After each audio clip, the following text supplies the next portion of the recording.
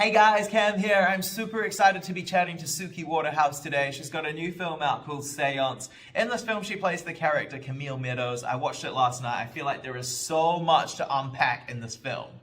Oh yeah, it's really fun actually. I had such a good time doing that movie. It was great. It was like a whole it seems like a whole lifetime ago now, but it was brilliant. In the film, you play the character Camille Meadows, who I think is a complete badass. Talk to me about how you prepared for this role. Well, when I was preparing, I kind of like what I like took from Camille was sort of like going back into my like school days and being around like all the girls and like the kind of like competitive nature and then the love and the care that like overrides that, and like those two things coming up at the same time, like like that bitchiness, that cattiness that we can all have like in school, and also like the I had a lot of like feelings of you know like unworthiness being around like a group of girls or whatever, and like remembering like how I reacted when I was at school, and like how it shapes you, because like there are some girls' names from school that like I swear if you say them to me even now I'll like shudder.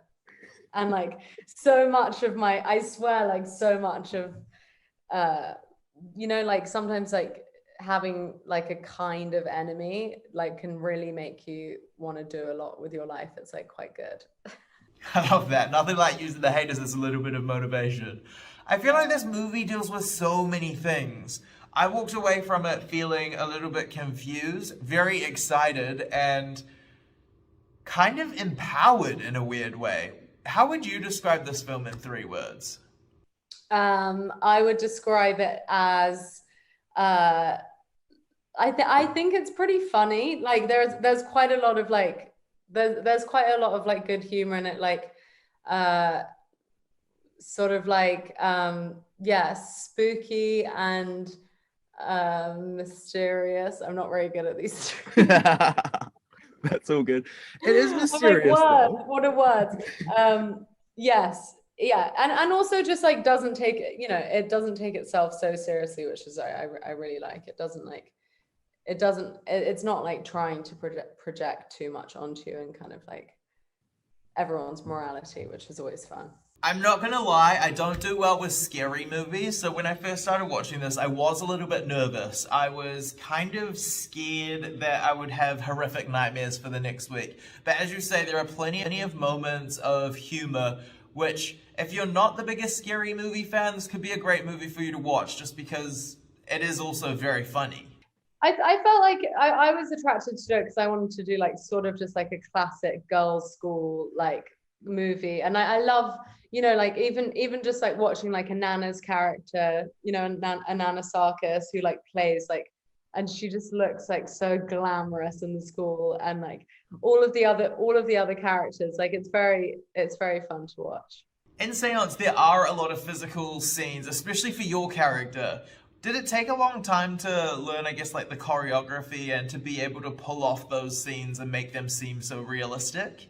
Yeah, we did quite a bit of training before, but we wanted them to be like very scrappy, kind of like dirty, like lunch fight scenes. So nothing was like, I mean, it was choreographed, but we still, we wanted like quite a lot of like scary. I don't know if you remember like school fights, but they can be pretty scary when everyone gets going. There are some crazy scenes that take place in this movie. Do you have a particular scene that was your ultimate favorite to shoot? Probably the one at the end where I throw I think it's like a filing cabinet on Trevor. I mean, we had no time to finish it at the end, and it was just great. And like there's all those scenes with Madison when like a book goes through a knife and like her tie falls off, and she had this like crazy blood machine on her where like she would just touch it at the side and like basically just explode with blood.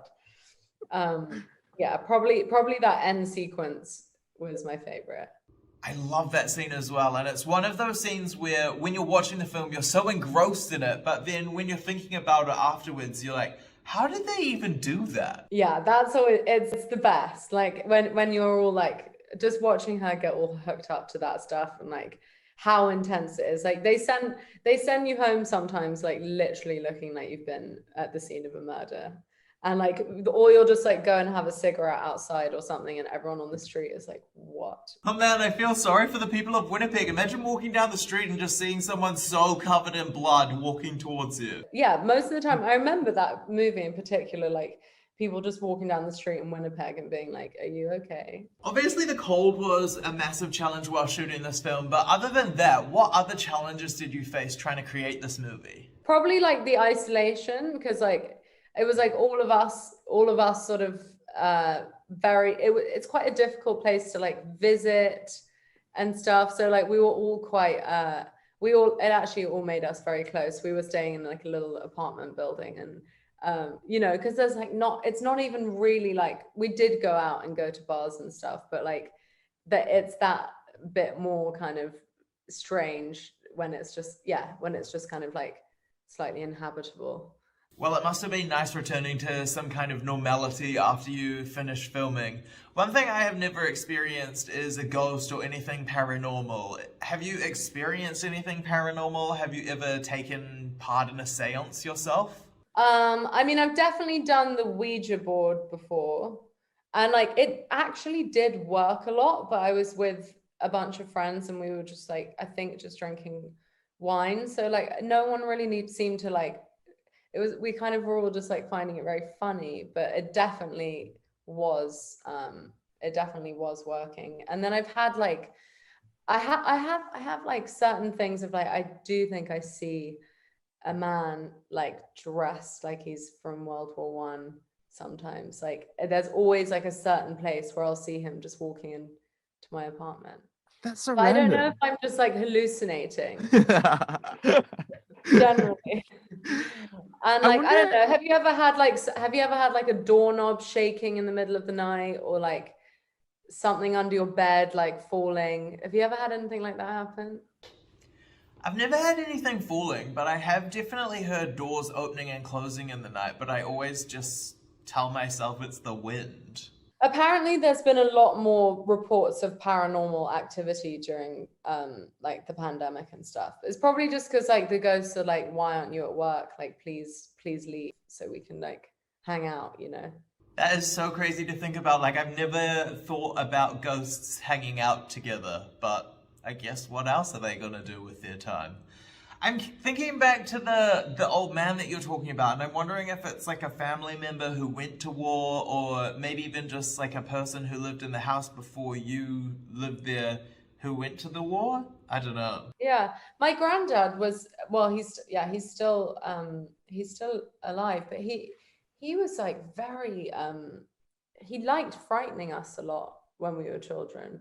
Like he really enjoyed it. He used to have all these like very odd like masks that he put on, and he'd have like it would be an empty gun, but he'd like to just like fire it quite a lot, like crazy stuff. He sounds like a character. Yeah, so maybe that like fear is like imprinted onto us. Suki, thank you so much for your time. It's been so amazing catching up with you, and I love Seance. Everybody, you've got to go check it out. It's so good. Thank you, Cam. And once the pandemic jogs on, you should come visit us in New Zealand sometime. Yes, of course. See you soon. Bye.